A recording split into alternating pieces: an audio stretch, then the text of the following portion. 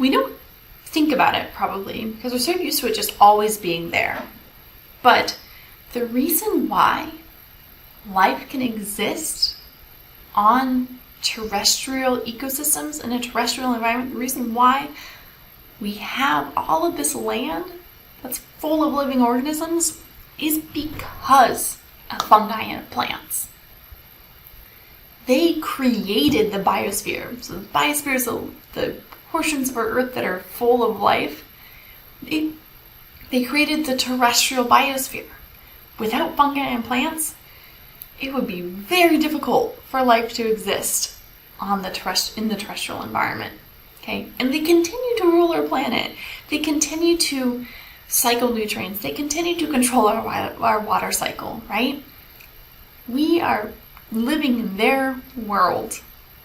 Okay, but how did this happen? How did they create this biosphere? What's going on here?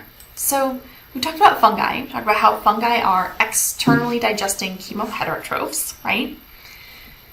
Lichen are a kind of fungi that have a symbiotic algae living with them.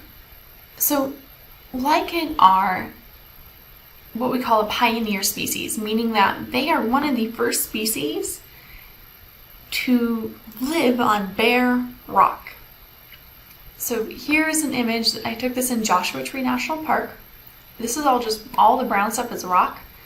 This light green stuff and this orange stuff, that's all lichen. So lichen is a unique organism that can exist basically on bare rock. So we call them pioneer species because they were the first ones to colonize new land and to start creating an environment in which other species can exist. So what is a lichen? Okay, we've been working with lichens for a while, but we haven't actually talked about what is it, okay? So lichen are a unique combination of fungi, sometimes multiple species of fungi, with a photosynthesizing symbiont. So we have the fungal hyphae that hold and contain and kind of wrap themselves around in like a nice fungi hug around usually some sort of algae. Maybe it's cyanobacteria, maybe it's a Archaeoplastida, but some sort of photosynthesizing cell. So they sometimes will also have some bacteria that live in here with them as well. They might have some single-celled fungi that live in here too, like some yeast cells, Saccharomyces as well, but it's at least 2, sometimes 3 species all living together where the algae, where the photosynthesizing symbiont photosynthesizes, uses sunlight and inorganic carbon to create sugar. And what does the fungi do? The fungi secretes enzymes into the environment to break down that rock into smaller nutrients that can get absorbed by the fungi that it can feed to its algae. Okay. So they are the first ones to start to live on a bare rock surface usually. So they start cycling chemicals in the environment. That process starts of breaking down the nutrients in the rock and then passing it off to the algae. That chemical cycling begins in most ecosystems with fungi, with lichen. Some lichens can even fix nitrogen. Okay? This is an image that Guadalupe sent me. This is an image of a unique type of lichen called Lobarius pulmonaria. Okay? Think about that name for a second. Lobarius. That's lobes. Pulmonaria, like the pulmonary system, lungs, right? And look at it. It looks like lungs, kind of, right? So this is a unique type of lichen that's common in old growth forests, but it can fix nitrogen because its symbiont is some cyanobacteria that can break up that triple bond between 2 nitrogen atoms, right? So lichens are really crucial for beginning this process of turning inorganic material into organic material. Okay, nutrient cycling. They're huge in that process of nutrient cycling,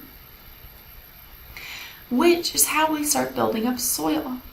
So the soil that all of these other plants around, all that they're anchored in, that their roots, that the vascular plants, that their roots are extending down into, that soil was started by lichen, by the lichen hyphae sending out their enzymes to break down the structures in the rock and absorb any of those nutrients back into their hyphae bodies.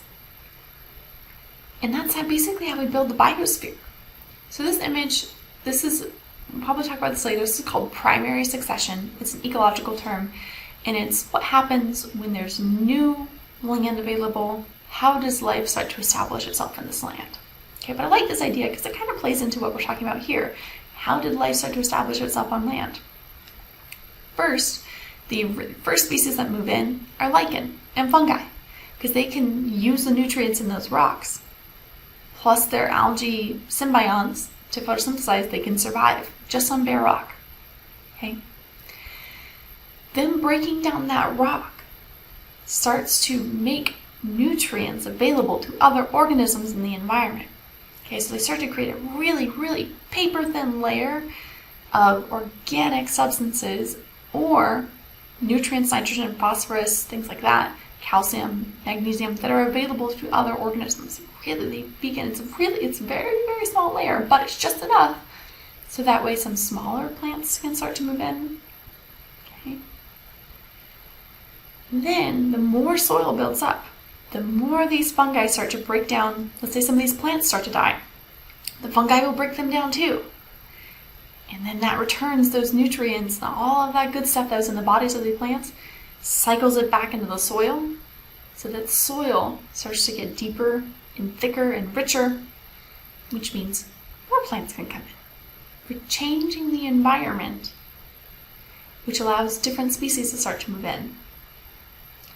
With these plants that start to move in, animals are going to follow too. Okay? So we may not have many animals that can live just on lichen alone. At least not that I know of.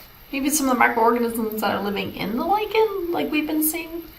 But larger animals, vertebrates, things like that, usually require a little bit more plant-like around to survive. So we start to get some small herbaceous species start to move in. Okay, these might be annuals, maybe they're only there for part of the season, part of the year, and they die off. But regardless, the more plants that move in, the more biological material is available for fungi to break down to create more soil. Same thing, more animals that move in, they're going to die too, and their bodies will be recycled into the soil to create more soil. Okay, we get more plants moving in. Start to get some small shrubs moving in, and then we start to get some small trees moving in, right? As we start to build up that soil and change the environment, as each species kind of has its own unique impact on that environment. Starting with just bare rock, just fungi, but they lay the groundwork, they lay the beginnings of how the soil is going to be created and how all the rest of these species will eventually be able to move in. And that's how they've created fungi and lichen, not we. We didn't do anything.